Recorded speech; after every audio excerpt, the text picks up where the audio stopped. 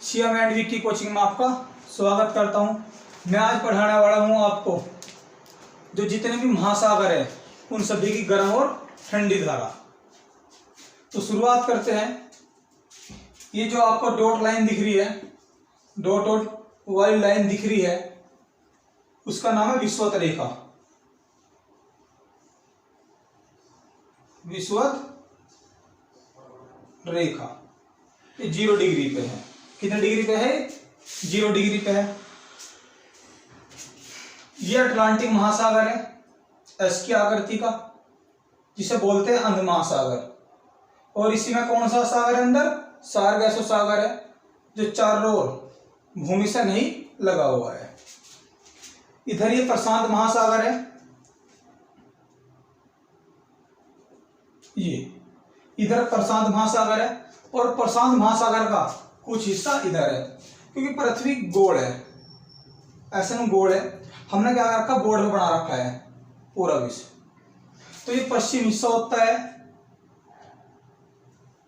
प्रशांत महासागर का, और ये पूर्वी हिस्सा होता है प्रशांत महासागर का। लेकिन रियलिटी में ये पूर्वी हिस्सा होता है, ये पश्चिमी हिस्सा होता है। लेकिन प्रशांत महासागर का ये पश्चिमी हिस्सा है, ये पूर्वी है। प्रशांत महासागर ऐसे पीछे से घूम कैसे आ रहा? क्लियर? और जो ये आपको दिख रहा है, इसका नाम है हिंद महासागर। इसका नाम क्या है? इधर प्रशांत, इधर हिंद महासागर, इधर अटलांटिक महासागर और इधर प्रशांत महासागर है। तो आपको पता होगा ये एशिया, ये यूरोप, अफ्रीका, ऑस्ट्रेलिया, उत्तरी अमेरिका, दक्षिणी अमेरिका।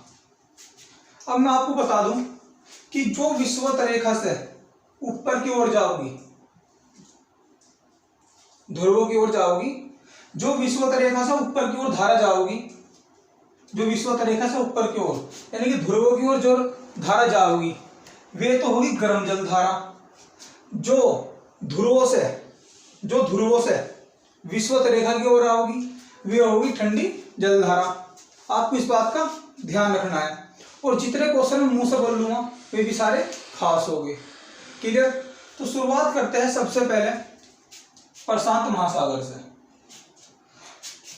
तो एक जल धारा उठती है, ये बनाई मैंने आपको एक जल धारा। किस दिशा में? इस दिशा में, विषुवत रेखा से ध्रुव की ओर। इसकी जल धारा का नाम है अलास्का। अलास्का की जल धारा। तो ये कैसी धारा हुई? कैसी धारा हुई? गर्म जल धारा हुई। ऊपर से आती है धारा ध्रुव की ओर से, जिसका नाम क्या है? कैलिफोर्निया की धारा। ये आ रही है ऐसे, इसका नाम क्या है? कैलिफोर्निया की धारा। क्लियर? तो क्वेश्चन सीधा आता है कि जो अलास्का की धारा है वो तो कैसी धारा है? गर्म धारा है। जो कैलिफोर्निया की धारा है कैसी धारा है? तो आपको याद रखना होगा ठंडी धारा है। धारा का नाम अलास्का है, इस धारा का नाम कैलिफोर्निया है। कैलिफोर्निया की धारा, अलास्का की धारा। क्लियर इस बात को लेकर? तो इधर से धारा होगी। अब बात करेंगे नीचे प्रशांत महासागर है। एक धारा आती है ऐसे, यहां पे एक देश पड़ता है जिसका नाम है पेरू। एक धारा आती है इस प्रकार, वो यहां तक आती है ऐसे। तो जो इस धारा का शुरू में नाम होता है, जब यहां से उठती है, तो कैसी धारा है? ठंडी धारा है। कैसी धारा है? ठंडी धारा है। तो इसका नाम होता है पेरू की धारा या हमबोल्ट की धारा, या हमबोल्ट की धारा। तो क्वेश्चन आता है कि पेरू की धारा, हमबोल्ट की धारा कैसी है? अब ये नीचे से उठी है तो कैसी है? ये ठंडी जल धारा है। क्लियर इस बात को लेकर? कभी कभी क्वेश्चन आता है किस हिस्से से उठती है या, तो ये आपके दक्षिणी अमेरिका है, तो दक्षिण अमेरिका के जो दक्षिण अमेरिका है तो इसके दक्षिणी पूर्वी हिस्से से उठती है। दक्षिण अमेरिका के दक्षिणी पूर्वी हिस्से से उठती है कौन सी? पेरू या हमबोल्ट की धारा। यह कैसी धारा है? ठंडी धारा है। लेकिन जब यह धारा पेरू के समीप जा लेती है, जब ये धारा पेरू के समीप जा लेती है तो इसका नाम पड़ता है, इसका जो नाम पड़ता है यहाँ पे, इसका नाम पड़ता है एल नीनो। El Nino. तो ये एल नीनो कैसी धारा है? ये गर्म धारा है। क्वेश्चन आता है कि एल नीनो धारा का निर्माण किस देश के समीप होता है? आपका आंसर होगा पेरू के समीप। और इसी को बोलते हैं क्रिसमस के बच्चों की धारा। इसका दूसरा नाम क्या है?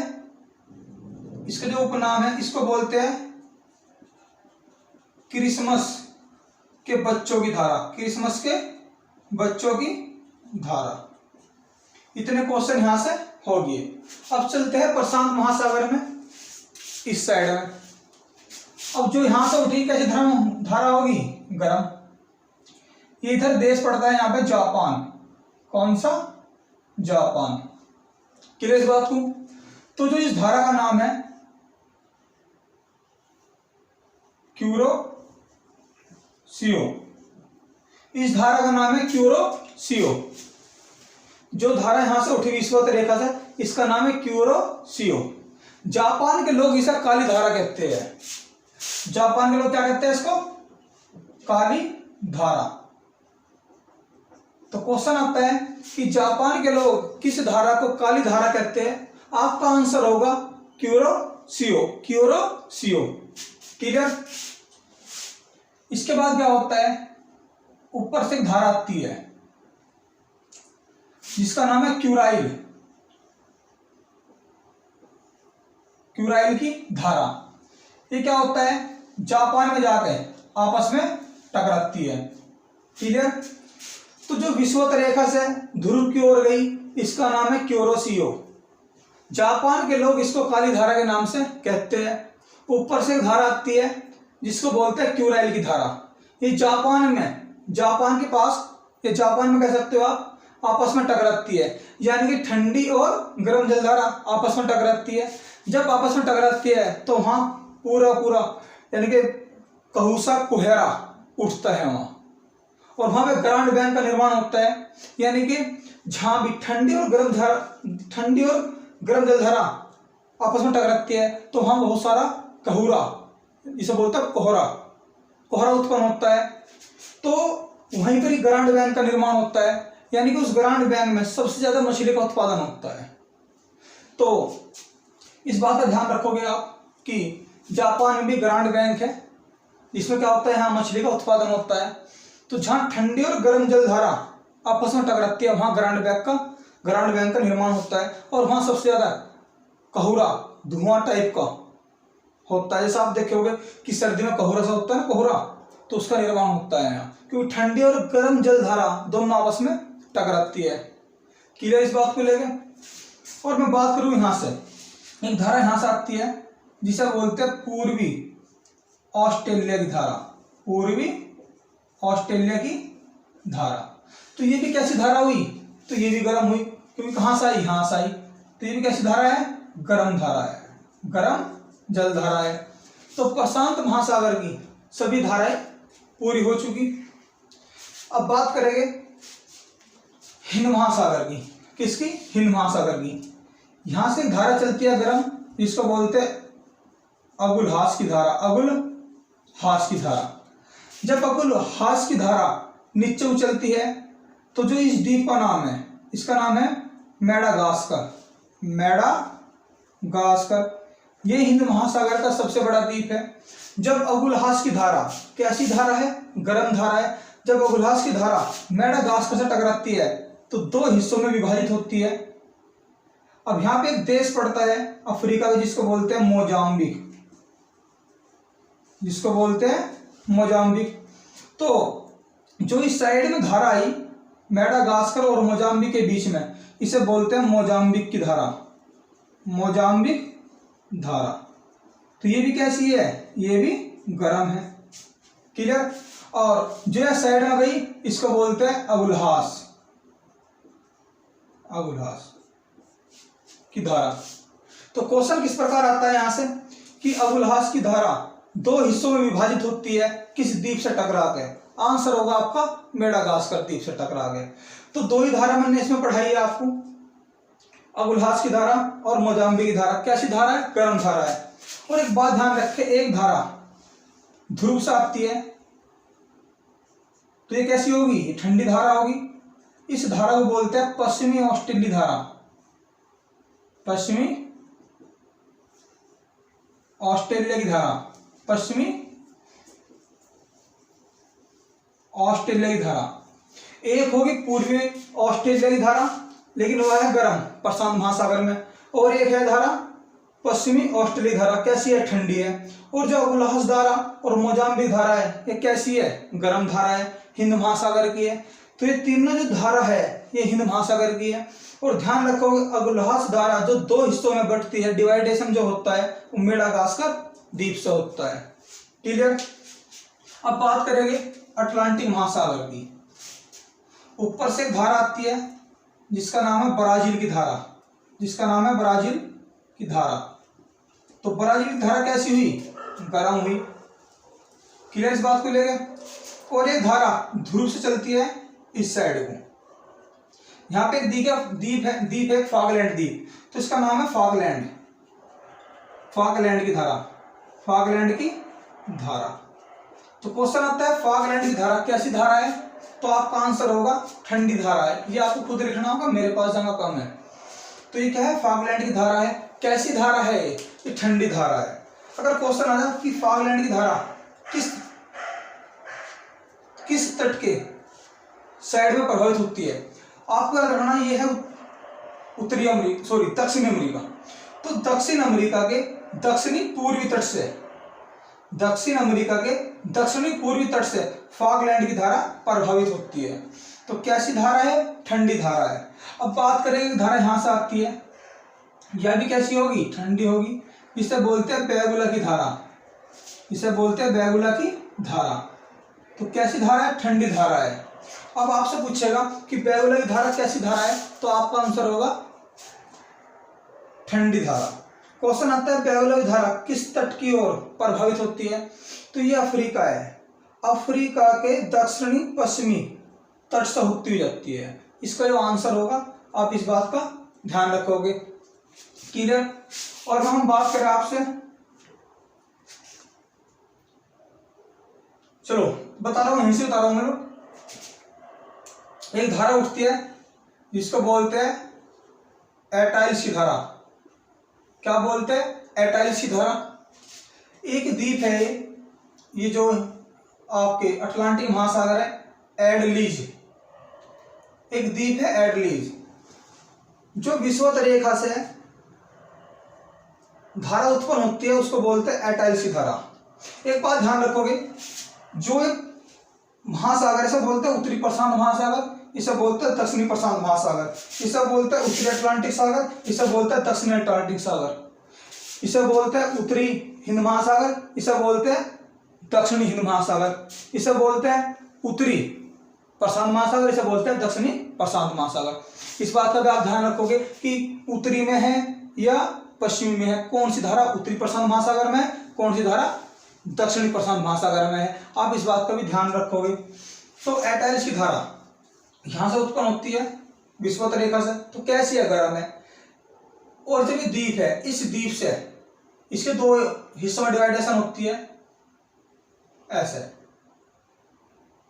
एक का नाम है फ्लोरिडा, एक धारा का नाम है फ्लोरिडा। क्लियर? और जो दूसरी का नाम होगा, एक का नाम तो हो गया फ्लोरिडा, और जो आपका दूसरी का नाम है उसका नाम है एटाइल्सी। क्लियर? तो एटाइल्स की दो धारा बनती है, एक तो फ्लोरिडा होगी और एक होगी आपकी एटाइल्स धारा ही। क्लियर इस बात को लेकर? तो ऊपर जाने के बाद ये दोनों आपस में मिल जाती है, जिससे बोलते हैं फिर गल्फ स्ट्रीम की धारा, गल्फ स्ट्रीम की धारा, गल्फ स्ट्रीम की धारा। क्लियर इस बात को लेकर? तो आप याद रखोगे, क्वेश्चन आता है कि गल्फ स्ट्रीम की धारा जो उत्पन्न होती है वो कहां से होती है। आपको पता होना चाहिए ये मैक्सिको की खाड़ी है। ये कौन सी खाड़ी है? ये मैक्सिको की खाड़ी है। तो अगर क्वेश्चन आवे कि गल्फ स्ट्रीम की धारा कहां से उत्पन्न होती है, तो मैक्सिको की खाड़ी से होती है, क्योंकि एटाइल से जो धारा है, एडलीज जो द्वीप है, इससे दो डिवाइडेशन होते हैं, एक को बोलते हैं फ्लोरिडा की धारा, एक को बोलते हैं एटाइल की धारा। ये आपस में मिल जाती है ऊपर जाकर, इससे मैक्सिको की खाड़ी से ऊपर निकलते ही मिल जाती है, इसको बोलते हैं गल्फ स्ट्रीम की धारा। इसी को बोलते हैं यूरोप का कंबल, और सबसे तेज बहने वाली विश्व में यही जल धारा है। तो क्या होता है, ऊपर से यहाँ पे ग्रीनलैंड है और यहाँ पे लैब्राडोर सागर है, यहाँ से धारा आती है और आपस में टकराती है, इसको बोलते हैं लैब्राडोर की धारा। मैं यहीं पे लिख रहा हूं, लैब्राडोर। तो ये लैब्राडोर की धारा है, ये धारा तो होगी ठंडी ऊपरली, और गल्फ स्ट्रीम कैसी है, गर्म है। ये तो द्वीप बनाया है मैंने, ये जो मैंने द्वीप बनाया है ये न्यू फाउंडलैंड द्वीप है। ये कैसा द्वीप है, न्यू फाउंडलैंड द्वीप है। तो क्वेश्चन आता है, उत्तरी अमेरिका के पास, उत्तरी अमेरिका के पास न्यू फाउंडलैंड द्वीप के पास, उत्तरी अमेरिका के पास न्यू फाउंडलैंड द्वीप के पास बहुत अधिक कोहरा कुहासा का क्षेत्र होता है, उसका कारण क्या है। मैंने अभी आपको बताया था कि जहां ठंडी धारा गर्म जल धारा टकराती है वहां बहुत ही गहरा, बहुत ही ज्यादा मतलब कोहरा होता है, कुहासा होता है। क्लियर। तो आप याद रखोगे, क्वेश्चन आता है कि उत्तरी अमेरिका के पास न्यू फाउंडलैंड द्वीप, न्यू फाउंडलैंड द्वीप अमेरिका का नहीं है, यह आपका कनाडा का है। उत्तरी अमेरिका, ये अमेरिका है, उत्तरी अमेरिका के पास न्यू फाउंडलैंड द्वीप के पास बहुत अधिक कोहरा होता है, उसका कारण क्या है। तो आप याद रखोगे, ठंडी गर्म और ठंडी जलधारा जब आप टकराती है, और कौन सी टकराती है, लैब्राडोर और गल्फ स्ट्रीम की धारा, और यहाँ पे ही ग्रांड बैंक बनता है। फिर कौन सा बैंक बनता है, ग्रांड बैंक बनता है। क्लियर। और आपसे अगर ये भी कह दें कि जो ग्रांड बैंक का निर्माण हुआ है वो कहाँ हुआ है, उत्तरी पूर्वी, जो अमेरिका है, अमेरिका के उत्तरी पूर्वी हिस्से पर हुआ है ग्रांड बैंक का निर्माण। और ये टकराई है, ये न्यू फाउंडलैंड द्वीप के पास टकराई है, न्यू फाउंडलैंड का द्वीप ऊपर हो गया। इस बात का ध्यान रखो कि क्वेश्चन कैसे बनेगा अलग अलग, कि उत्तरी अमेरिका के पास न्यू फाउंडलैंड द्वीप के पास अधिक कोहरा है, कारण क्या है, लैब्राडोर गल्फ स्ट्रीम से टकराती है, इस कारण ठंडी और गर्म जलधारा टकराती है, इस कारण। क्वेश्चन आया कि लैब्राडोर और गल्फ स्ट्रीम धारा जब टकराते हैं ग्रांड बैंक का निर्माण होता है। ये ग्रांड बैंक का निर्माण कहाँ होता है, उत्तरी, ये है आपका अमेरिका, उत्तरी अमेरिका के पूर्वी तरफ ग्रांड बैंक का निर्माण होता है।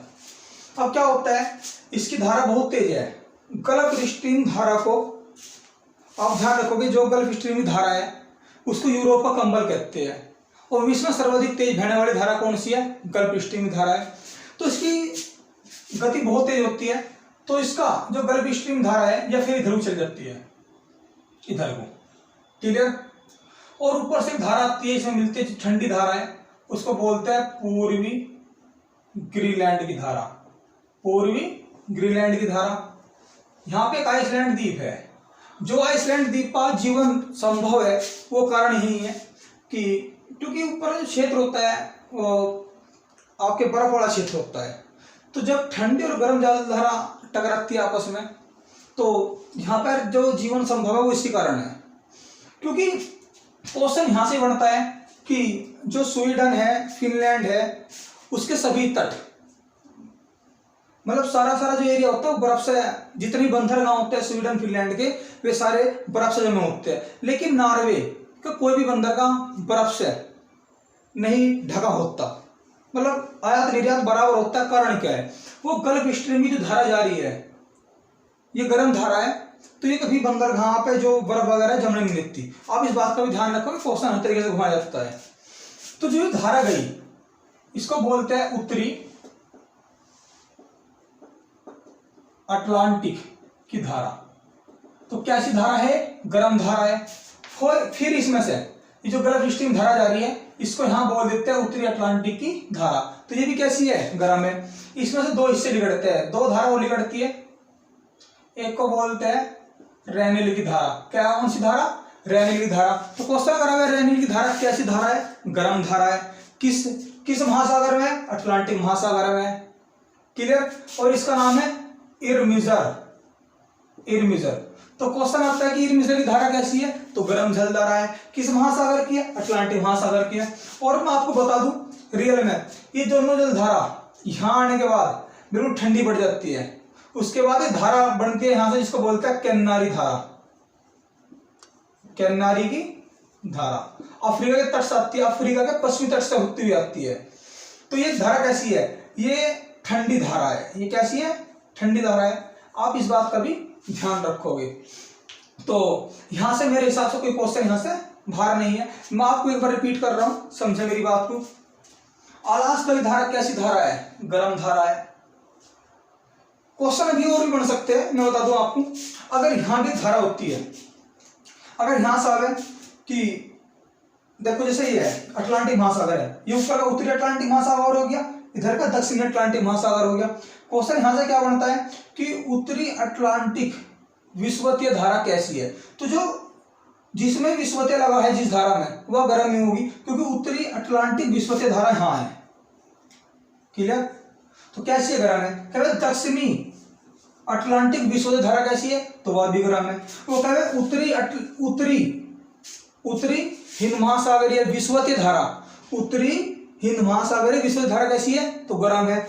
दक्षिणी हिंद महासागरीय विषुवतीय धारा कैसी है, तो गर्म धारा है, क्योंकि इसके आसपास ही दोनों गर्म होगी। ऐसे ही वो आपको क्या है, उत्तरी प्रशांत महासागरीय विषुवतीय धारा कैसी है, तो गर्म है। दक्षिणी प्रशांत महासागरीय विषुवतीय धारा कैसी है, तो गर्म है। इस बात का भी आप ध्यान रखोगे।